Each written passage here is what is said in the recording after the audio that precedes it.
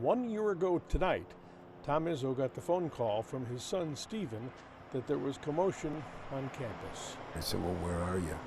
He says, well, I'm at the arena with 3 of our guys that were managers and our video guy, and we're locked up in a room in the arena in one of the suites.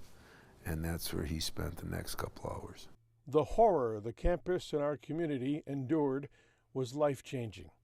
I asked Izzo if on this day, 1 year later, he will pause and reflect.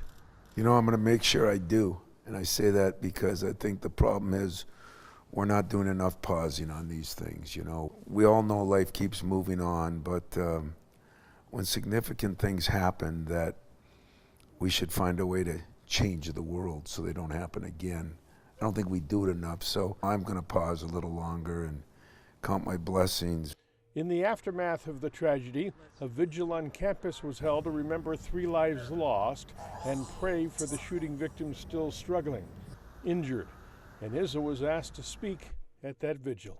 Not often is the basketball coach called to help heal, but you took that seriously. You kind of wanted to do that and have a role in that, didn't you? You know, Fred, I did. I didn't ask anybody for it. I just felt like it was an interesting ask when they called me. When I got there, the number of people that weren't just students, I realized how much it affected our whole community. It was humbling. I was nervous, and yet I was honored. I was honored. This changed your life a little bit, didn't it? A lot. It brings perspective. I spent more than a few times going to the hospital and visiting, and you feel guilty because you get to still do something, and 3 of them never will again.